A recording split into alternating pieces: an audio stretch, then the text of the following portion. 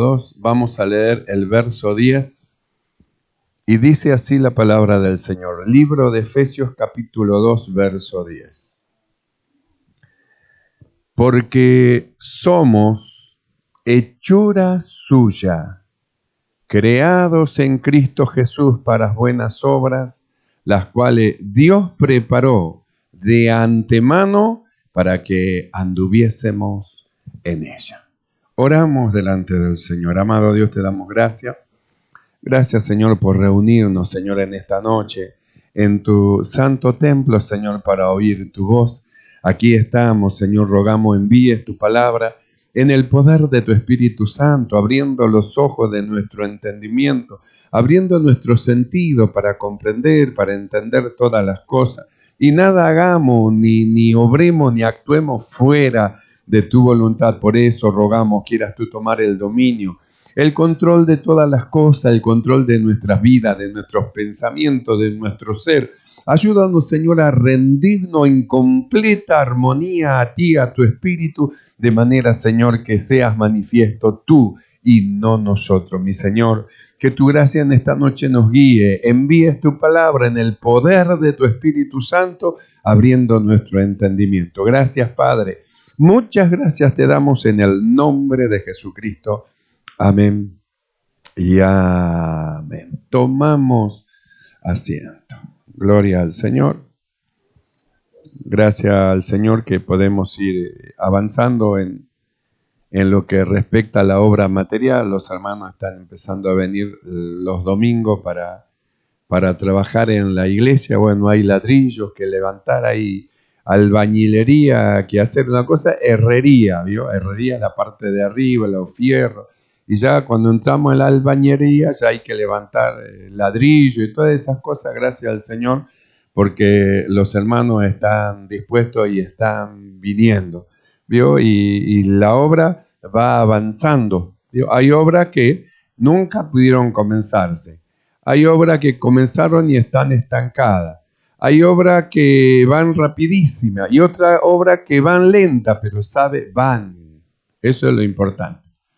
Que la obra no se estanque, no se frene, sino que, hermano, la obra avanza con las donaciones de los hermanos, las diferentes formas, hermano. Algunos mandan ladrillo, otros mandan material, otros donan dinero para que compremos los materiales, otros hermanos traen alimento para que se pueda, hermano, en la iglesia vender para los hermanos, y de ahí sale también para esta obra las ofrendas. Entonces, gracias al Señor por todas aquellas cosas que Dios nos va proveyendo, ¿sabe? Desde que empezamos a trabajar y que el Señor dio la orden hasta ahora, no faltó los materiales. No faltó todo lo que vamos necesitando en el transcurso que vamos avanzando. Dios va proveyendo todo. Algunos tal vez, no de nuestra iglesia, de otros lados, pretenderán o querrán que la iglesia no crezca. Cuando la obra es de Dios, sabe, nadie la puede frenar.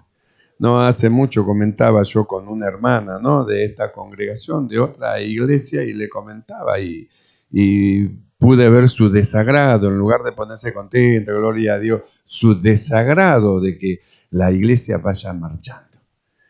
Así que nosotros estemos orando, hermano, para que no haya nada que detenga la obra del Señor, ya sea la obra espiritual como la obra material. Si nosotros estamos unidos juntos en un mismo pensamiento y en un mismo corazón, nada podrá separarnos, nada nos va a poder frenar, nada va a poder detenernos, porque si el Señor nos está llevando, ¿quién será aquel que podrá detener a su pueblo? ¿Quién será aquel? Balac lo intentó con Balaam y sacó a Balaam a lo alto de un lugar para que lo maldiga. Y las veces que quiso maldecir, Dios transformó las maldiciones en bendiciones. Y no pudo maldecir al pueblo del Señor. No lo pudo frenar. El pueblo del Señor siguió adelante hacia donde el Señor lo llevaba. Por eso nosotros, hermanos, tenemos que orar. No nos olvidemos que Dios está trabajando en nosotros. Yo la vez pasada estuvimos hablando y diciendo que A veces hay hermanos que pueden llegar a decirle a otro de afuera, ¿y vos qué hacés en la iglesia? No hace nada, no, vos ya tendría que ser esto, tendría que ser lo otro, tendría que ser lo otro, ¿vio? Y le endulzan el oído, hermano, a fin de hacerlo desviar. Y lo que no se dan cuenta los hermanos es que no se trata que lo que estén haciendo los hermanos, sino que Dios esté trabajando dentro de ellos, y es lo que está haciendo Dios con nosotros. Dios está haciendo eso, nos está preparando a todos nosotros. Él nos ha tomado, hermano, nos ha sacado justamente de un estado de muerte espiritual, porque nosotros miramos qué es lo que dice la Biblia. Y de tal manera amó Dios al mundo que ha dado a su Hijo unigénito. ¿A quién amó? A un mundo que estaba rebelado en contra de Dios. Y en medio de eso, ahí estábamos también nosotros. En medio de eso que estaban todos revelados, ahí también estábamos nosotros, hermanos, metidos, encajados ahí. Estábamos muertos en nuestros delitos y pecados. ¿Quién se iba a ocupar? ¿Quién iba a mirar por nosotros? Nadie podía mirar por nosotros. Sin embargo, cuando usted lee el libro de Efesios, capítulo 2, verso 4, dice lo siguiente: Pero Dios. Cuando dice pero Dios, quiere decir que usted podía mirar y decir, esto es imposible, esto no tiene solución, esto no tiene arreglo. ¿Vio? Como alguna persona puede llegar a decir, no, este matrimonio no tiene arreglo, no, este hombre no tiene arreglo, este joven no tiene arreglo, esta persona no tiene arreglo. Pero acá dice el apóstol, pero Dios, porque una cosa es cuando las personas quieren arreglar el asunto y otra cuando Dios mete su mano. Cuando Dios mete su mano, hermano, lo que parece imposible se hace posible, porque lo hace Dios, lo hace el Señor. Dios mete su mano y transforma, Dios mete su mano y cambia, Dios mete su mano y hace, hermano, lo imposible posible. ¿Cuánto habrán estado orando por Saulo, que le caiga un rayo del cielo y lo parta por la mitad? ¿Y cuánto habrán estado orando por Pablo, que el Señor lo convierta?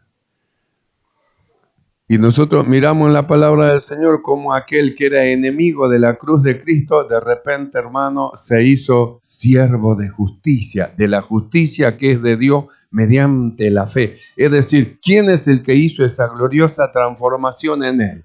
Dios. Por eso nosotros decimos que lo que es imposible para los hombres, que usted puede ver como algo imposible, algo que no puede ser, no se puede lograr, nosotros tenemos que tener fe en Dios y entregar lo imposible a aquel que lo puede hacer posible. Esto es Dios, es el Señor. Porque si Dios hizo eso con nosotros, lo que hemos creído, ¿cómo no va a poder hacer con ellos?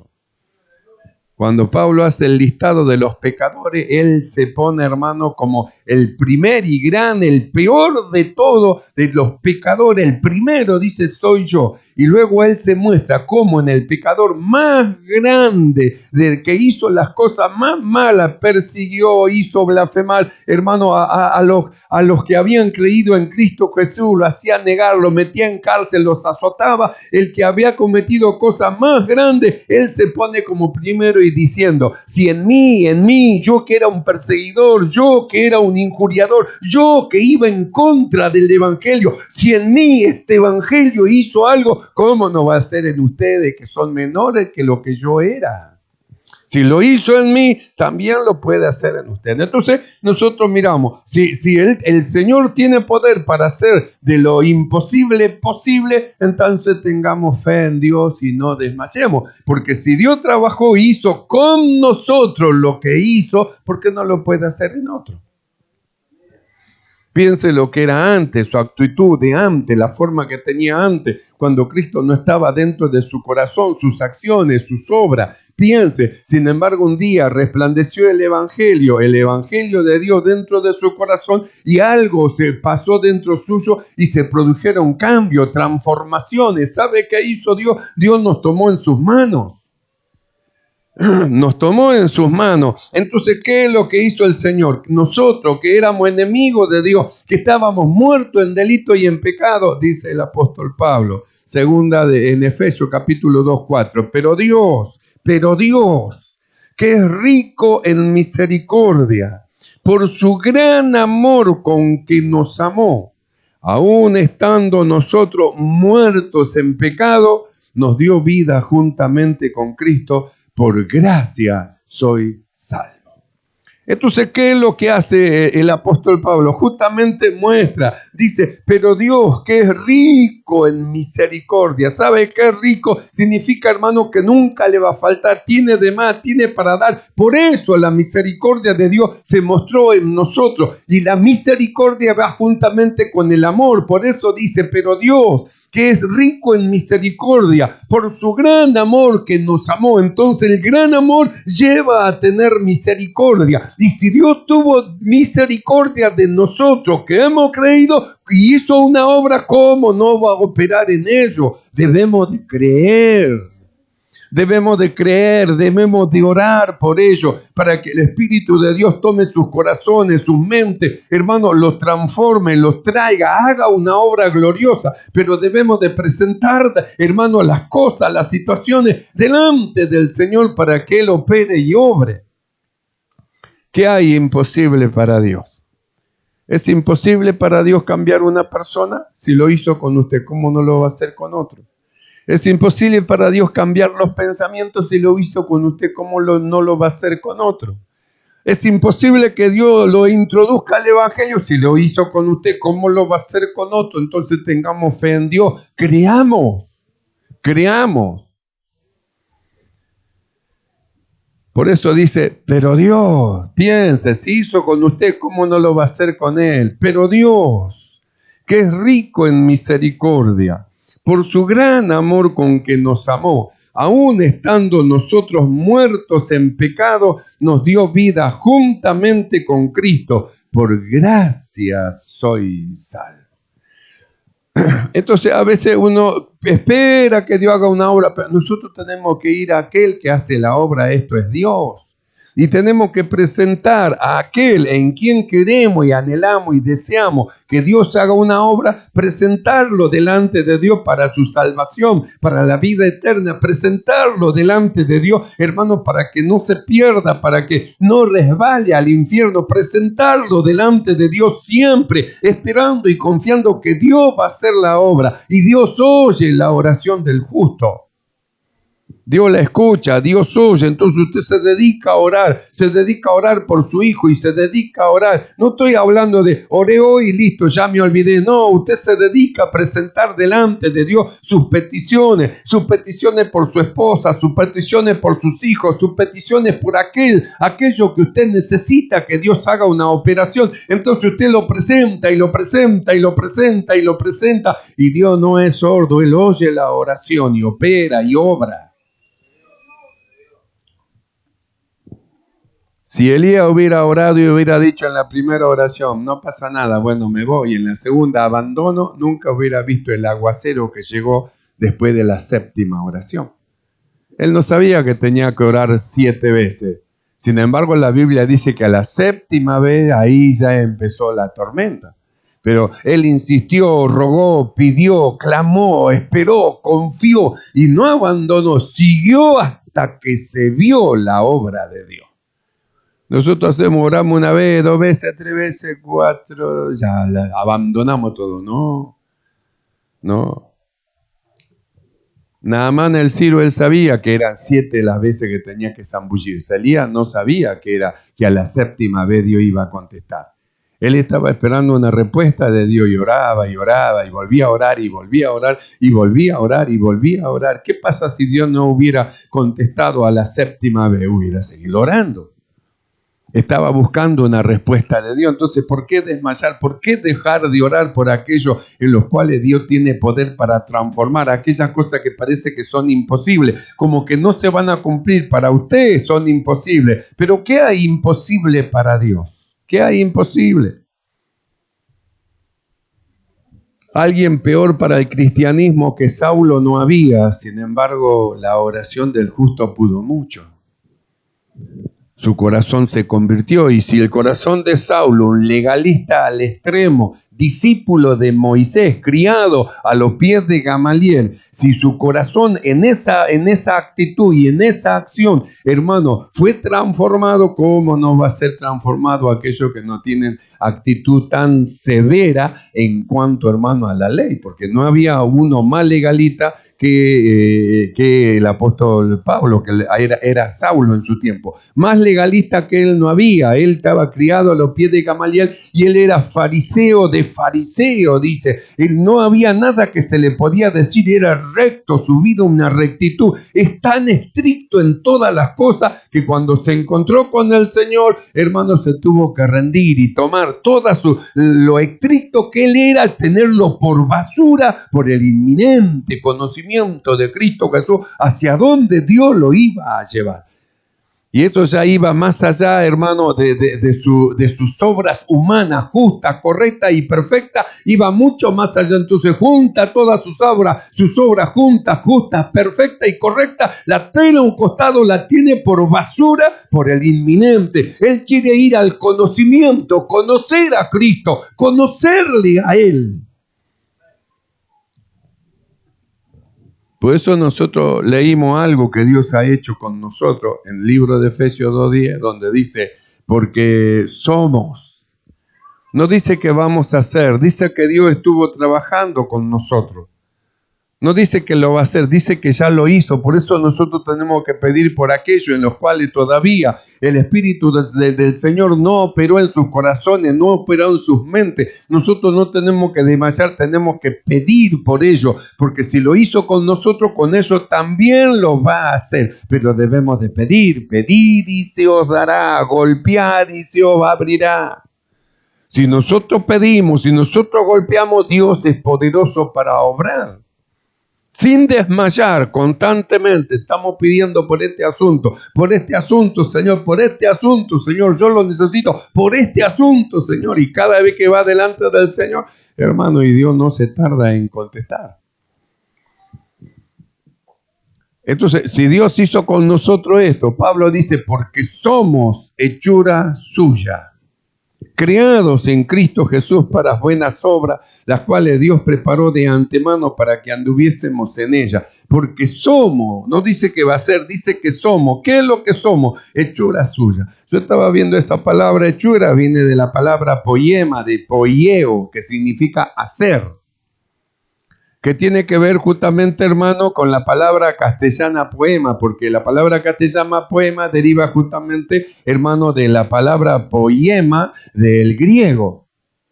Entonces, esa palabra poiema denota aquello que es hecho, es decir, lo que ha hecho. Y Pablo dice, nosotros somos. Entonces, nosotros miremos la vida espiritual, nuestra transformación, nuestro cambio de pensamiento, nuestro cambio de actitud, nuestro cambio de obra. ¿Qué es lo que produjo en nosotros esas transformaciones y esos cambios? Si no ha sido la mano de Dios, hermano, operando y trabajando en nosotros, como el alfarero con el barro, dándole una formación al vaso, así Dios trabaja con nosotros justamente, hermano, para transformarnos y a nosotros llevarnos a una imagen. Por eso decimos, usted no viene en vano a la iglesia, no está sentado en vano en la iglesia. Dios está trabajando dentro suyo. Usted no se da cuenta, pero Dios lo está moldeando. ¿Sabe qué está haciendo Dios? Lo está formando, está escribiendo en su mente y en su corazón sus palabras, las cuales operan, hermano, maravillosamente dentro suyo para la gloria y honra de su nombre. Por eso el apóstol le dice, nosotros somos. ¿Sabe quién nos creó? ¿Quién nos formó? Dios dio la formación a este hombre y a esta vida espiritual que nosotros tenemos. Dios la formó, Dios la hizo. Por eso dice, nosotros somos este hombre espiritual, somos hechura suya. Dios nos creó, nos formó. Dios fue escribiendo en nuestra mente, en nuestros corazones, su palabra. Por eso pensamos de esta manera. Por eso nuestros pensamientos son esos pensamientos que provienen de la palabra, que surge del Espíritu, que surge de lo que Dios metió dentro de nosotros. Y si alguien quiere guiarnos para el otro lado, no podrá, porque no es algo exterior lo que tenemos, sino es algo interior. Dios escribió en nuestras mentes y en nuestros corazones adentro. ¿Cómo harán para borrarlo? Nos podrán robar todas las cosas, aún la ropa. ¿Cómo harán para sacar, hermano, la palabra escrita dentro de nuestro corazón? Ya la escribió, ya está, usted no la lee, sin embargo está, y de repente el Espíritu Santo le recuerda las cosas que están escritas en la palabra, pero que están dentro de su corazón, y viene a su mente y le golpea y lo ilumina y le abre el sentido. ¿Por qué? Porque Dios es el que escribió dentro suyo, y porque nosotros somos hechura, es decir, hermano, nosotros somos la obra de Dios, eso es lo que somos todos nosotros, lo que hemos creído.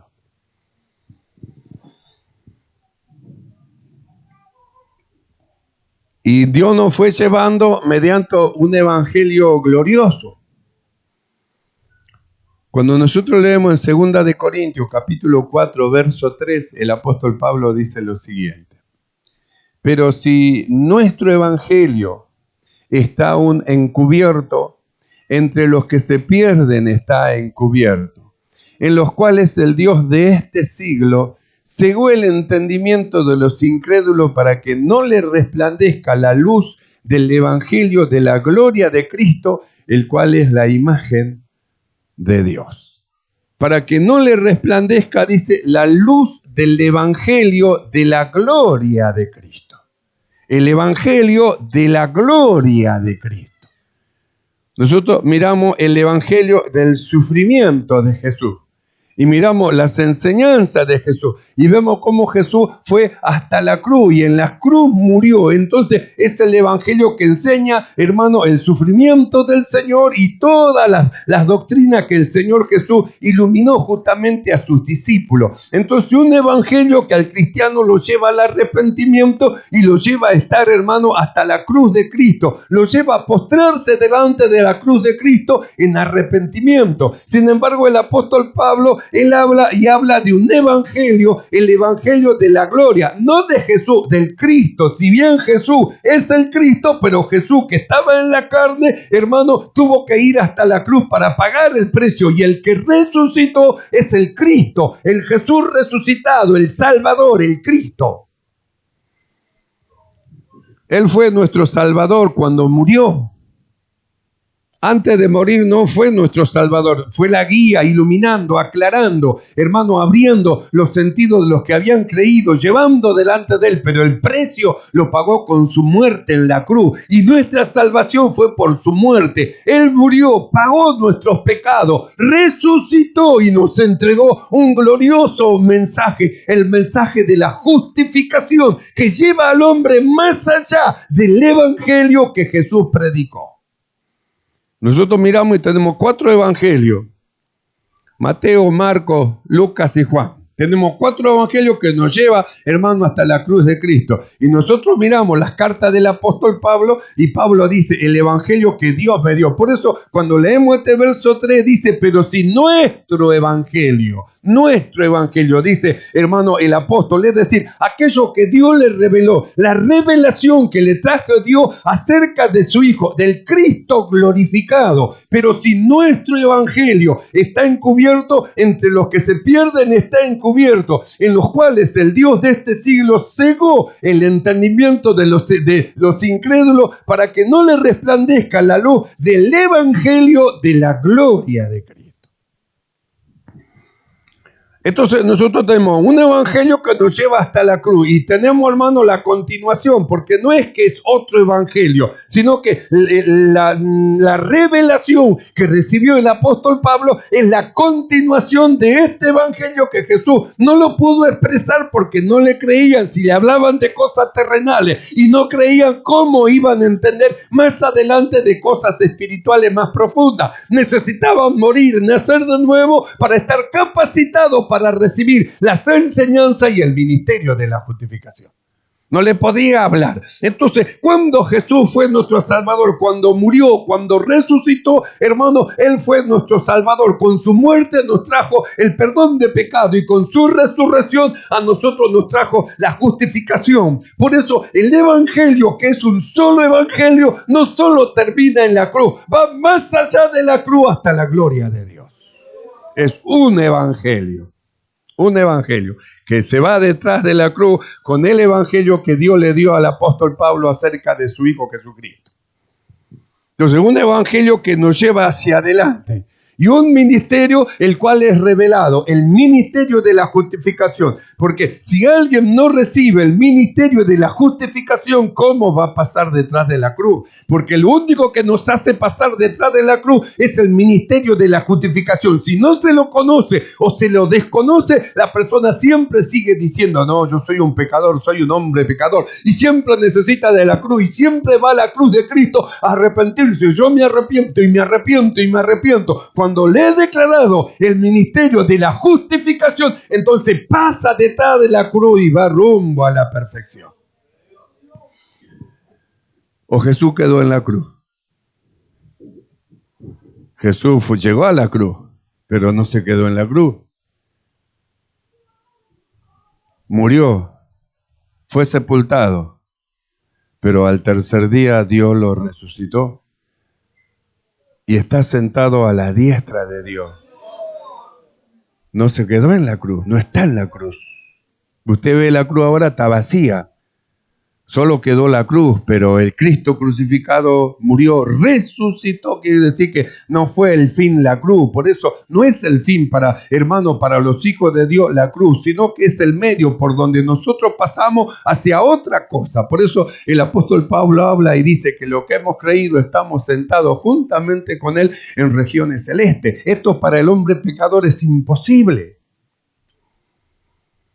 Él hace como Isaías, vi yo al Señor sentado en el templo, sus faldas henchían todo el lugar y dije para mí, ay de mí que ya soy un hombre muerto, porque soy un hombre pecador, porque un pecador no puede presentarse delante de Dios, por eso necesitamos la justificación, es mediante la justificación que nosotros pasamos detrás de la cruz de Cristo y nos vamos rumbo a la gloria de Dios, porque mediante la justificación nosotros tenemos entrada libre al trono de su gracia.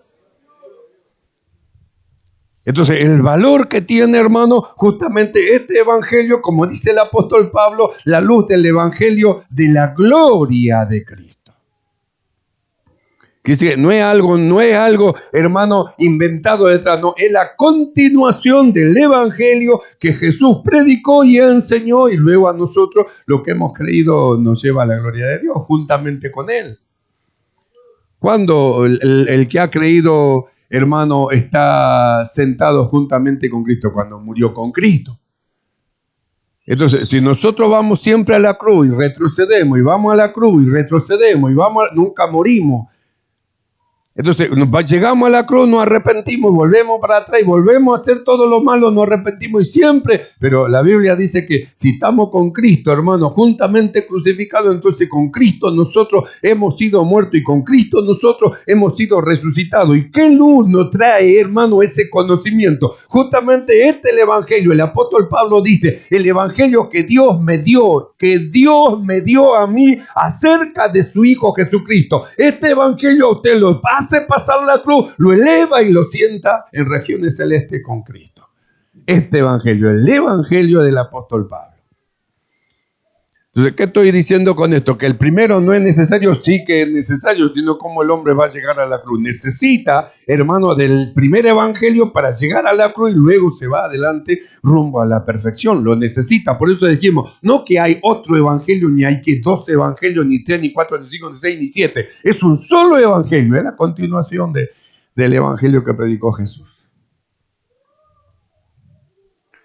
Entonces el apóstol dice, pero si nuestro evangelio está aún encubierto, entre los que se pierden está encubierto, en los cuales el Dios de este siglo cegó el entendimiento de los incrédulos para que no les resplandezca la luz del evangelio de la gloria de Cristo.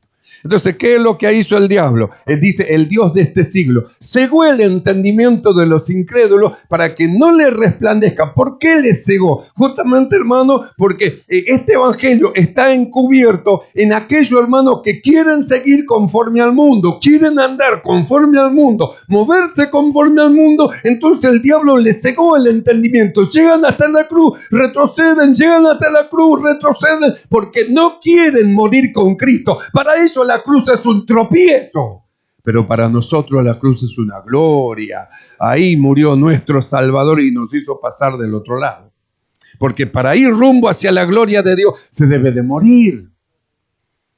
Y no es solamente llegar a la cruz de Cristo, retroceder, hacer lo malo, me arrepiento. No. Significa llegar a la cruz de Cristo y estar crucificado juntamente con Cristo. Y cuando usted se crucifica, muere juntamente con Cristo, entonces viene la resurrección, entiende la justificación y ahí se va rumbo a la gloria del Señor. Muere a todo lo que era, muere al mundo, muere a la obra humana, muere a todo lo que era para ir rumbo a la perfección, rumbo a la gloria del Señor. Es decir, Dios nos lleva así. Por eso dice, por eso si nuestro evangelio está encubierto en aquellos que no quieren morir, en aquellos que no quieren dejar de pecar, en aquellos que no quieren dejar de hacer lo malo, en aquellos que no quieren crucificarse con Cristo, no quieren estar crucificados como Él, quieren seguir actuando según su corazón, su mente, sus pensamientos en una vida humana, llegan a la cruz, retroceden, llegan a la cruz, retroceden. Y Pablo dice, pero si nuestro evangelio está encubierto, ¿sabe para quién está encubierto? Entre los que se pierden, los que no quieren morir a lo viejo.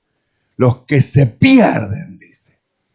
Pero si nuestro evangelio está encubierto, entre los que se pierden está encubierto, en los cuales el Dios de este siglo cegó el entendimiento de los incrédulos para que no le resplandezca la luz del evangelio de la gloria de Cristo. La gloria de Dios lo elevó, le dio un nombre que es sobre todo nombre, y en su nombre se dobla toda rodilla. Lo puso sobre todo lo que está arriba, abajo en la tierra y debajo de la tierra. Y lo hizo Señor. Entonces, ¿qué es lo que hace el Dios de este siglo? Le siga el entendimiento para que no se crucifique y para que siga actuando como hombre. Total, hace lo malo y vuelve a la cruz. Perdóname, Señor. Hace lo malo y vuelve a la cruz. No quiere morir.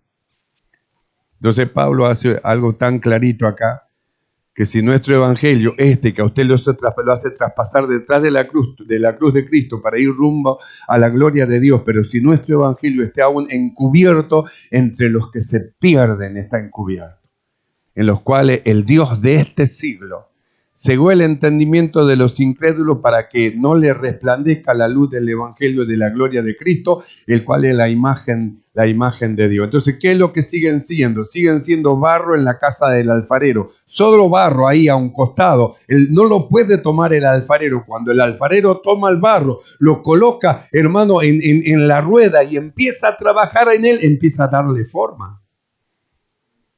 Empieza a darle la forma que tiene que tener. Por eso nosotros decimos, usted está sentadito, quietito, ¿vio? El barro también está sentadito, quietito en la rueda del alfarero. Él no hace nada. ¿Sabe quién está trabajando? Dios en él le va dando la forma. Por eso usted está sentadito, parece que no hace nada. Está bien, pero Dios está trabajando y le está dando la forma que tiene que tener. Está formando apóstoles, profetas, evangelistas, maestros. Hombres y mujeres de Dios, lo está formando, le está dando la forma mediante la palabra del Señor. Por eso el apóstol Pablo, él dice, porque no somos un barro puesto a un costado que está esperando a veces. No, Dios ya nos tomó, no solamente nos tomó, ya nos puso en la rueda del alfarero, no solo nos puso, está trabajando en nosotros y dándonos la forma que debemos de tener. Por eso dice Pablo, porque somos, nosotros tenemos que estar seguros de lo que somos. El diablo quiso hacerlo dudar a Jesús. Si eres, Pablo dice, somos. Si eres, somos. Si eres, somos y somos lo que Dios dice que somos. Somos.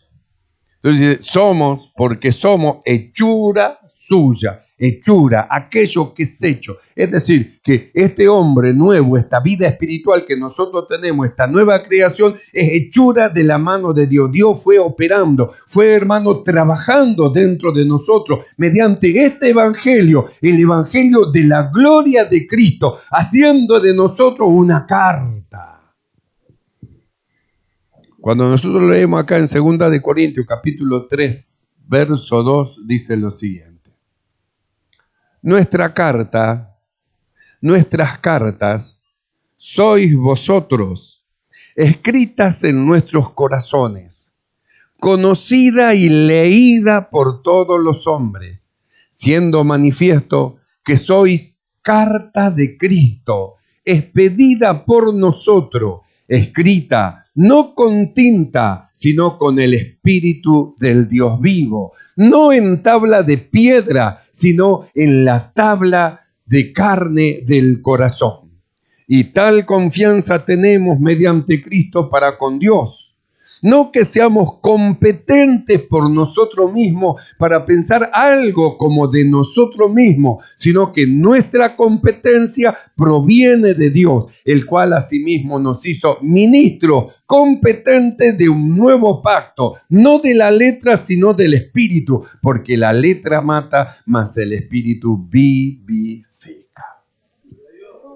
Entonces Pablo dice, porque somos hechura suya. Quiere decir, hechura, aquello que es hecho. Entonces nosotros vemos cómo Dios a nosotros va trabajando en nosotros. ¿Y para qué va trabajando? Para hacernos ministros competentes. Ministros competentes que llegan al final, hermano, justamente vamos a decir así, de su estudio para recibir el título oficial dado de parte de Dios. Porque hay títulos y títulos. Y levantan ministros por todo lado, allá levantan un ministro, allá levantan otro, allá todo levantan, por todo lado levantan ministros, pero ¿serán ministros competentes? Con un título oficial dado de parte de Dios, ahí está el asunto. Por eso es la preparación. Por eso es la preparación, por eso el tiempo que Dios, hermano, nos pide, por eso nuestra presencia delante del Señor para que Él vaya trabajando, nos vaya dando la forma, vaya haciendo de nosotros ministros competentes, que tenga competencia sobre todas las cosas, autoridad, poder y derecho para llevar a cabo lo que Dios le mande. Hombres que no hacen según el designio de su corazón, sino que hacen según la voluntad de Dios. Hombres que no se mandan solos, ni van ni vienen solos, sino que están sometidos a la palabra de Dios, sometidos a Dios. Hombres que no dicen voy a hacer, sino que preguntan, Señor, ¿qué quieres que yo haga? Hombres competentes. Con una competencia que no es del mundo ni de los hombres, una competencia que proviene de Dios, un título oficial. Pero mire que hay títulos y títulos. Usted va, estudia, le dan un título, estudia para aquello, le dan otro título. Quiero ser profeta, estudia, va a la escuela de profeta, va a escuela de pastor, usted le van a dar un título. Pero quiero decir que el verdadero título oficial viene de arriba, del cielo, de Dios. Porque Él es el que pone los dones y los talentos. Y Él es, hermano, el que titulariza a aquel que Él quiere levantar para una obra. Por eso dice, y Él mismo constituyó. Entonces habla de lo que constituyó. ¿Sabe qué? Eso que el Señor constituyó son competentes con título oficial de arriba, del cielo y no de esta tierra. Por eso cuando hablan, produce, se mete la palabra en el corazón de los que oyen, el corazón de los hombres, hermanos, se convierten, se envuelven al Señor, abren los ojos a los ciegos, los oídos a los sordos, los mudos, los que nunca lo glorificaron al Señor, abren su boca y glorifican a Dios. Ministros competentes que tienen el poder de escribir en el corazón de los hombres mediante el Espíritu de Dios que mora dentro de ellos. La competencia los lleva a escribir en la mente y en el corazón de los hombres. ¿Por qué? Porque mediante ese hombre competente, que es templo del Espíritu de Dios, el Padre, el Hijo y el Espíritu que mora en él, escribe en el corazón de los que lo oyen. Tiene el sello de Dios. El sello de Dios. Por eso Pablo dice así, nuestras cartas sois vosotros, escrita en nuestros corazones, conocida y leída por todos los hombres, siendo manifiesto que sois carta de Cristo. Escuche lo que dice la Biblia que somos todos nosotros, una carta de Cristo, una carta en la cual Cristo escribió en nuestro corazón y en nuestra mente, como está escrito, escribiré en sus mentes y en sus corazones mis leyes. Cartas de Cristo, expedida, dice, por nosotros, porque necesitaba un instrumento, Él mismo constituyó. Entonces habla de los instrumentos constituidos para perfeccionar a los santos, pero es el mismo Señor, andaré en medio de ellos, el mismo Señor que a través de su templo, un cuerpo, un templo del Señor, escribe en el corazón de los que lo oyen.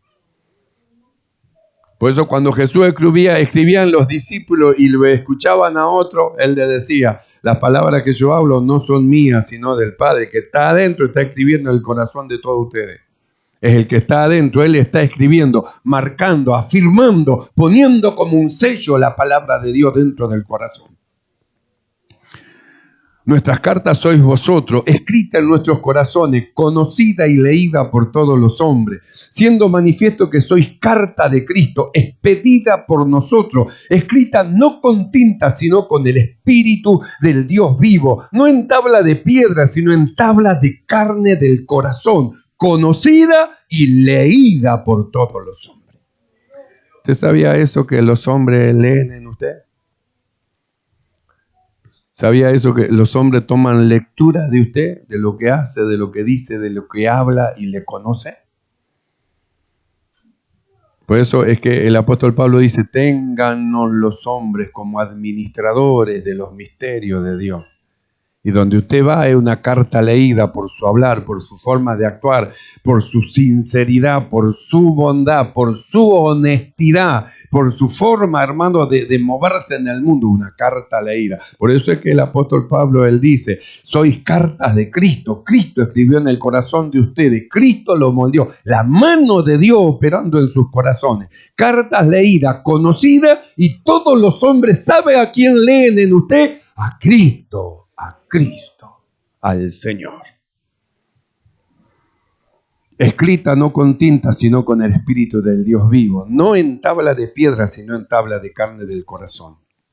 Y tal confianza tenemos mediante Cristo para con Dios, no que seamos competentes por nosotros mismos para pensar algo como de nosotros mismos, sino que nuestra competencia proviene de Dios. Título oficial. Nuestra competencia proviene de Dios, el cual asimismo nos hizo ministros competentes de un nuevo pacto, no de la letra, sino del Espíritu, porque la letra mata, mas el Espíritu vivifica. Entonces, ¿qué es lo que nos está haciendo el Señor a todos nosotros? Ministros competentes de un nuevo pacto. ¿De qué pacto? ¿De la letra? No, del Espíritu.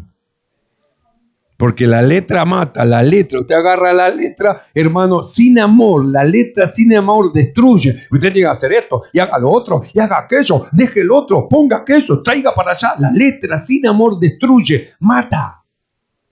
Por eso es necesario la verdad mezclada en el amor.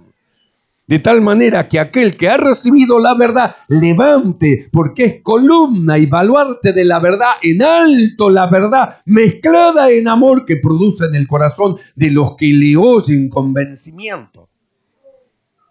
Y la persona rendida en amor, por amor al Señor, va adelante rumbo a la perfección.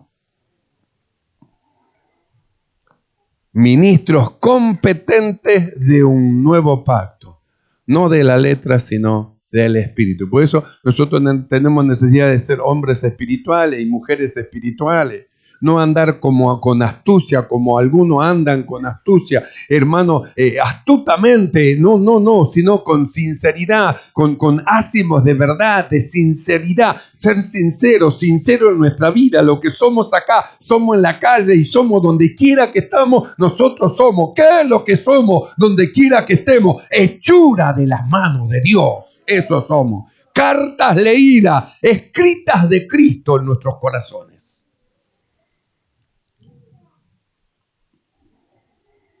Por eso cuando leemos en 2 Corintios 3:18 dice así: por tanto, todos nosotros,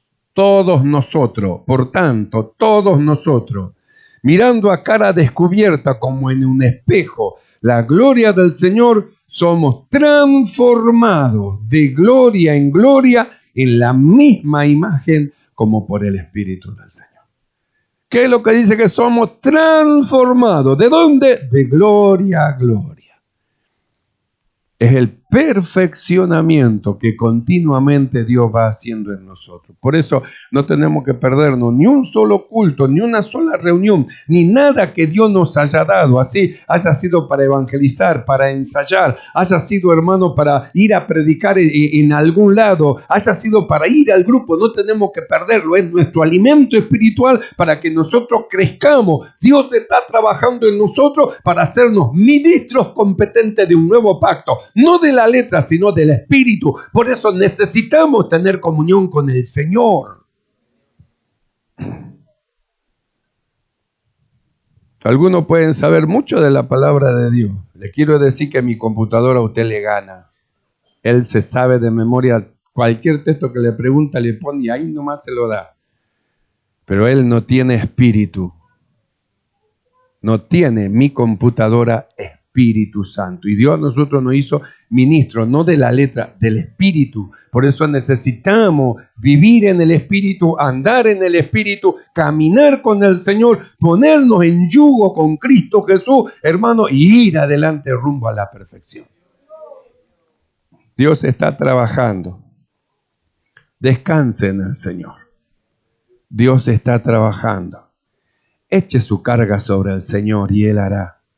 Va a contestar las peticiones de su corazón.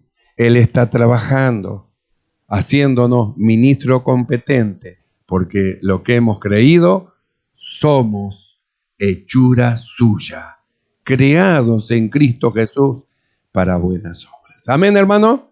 ¿Entendemos esto?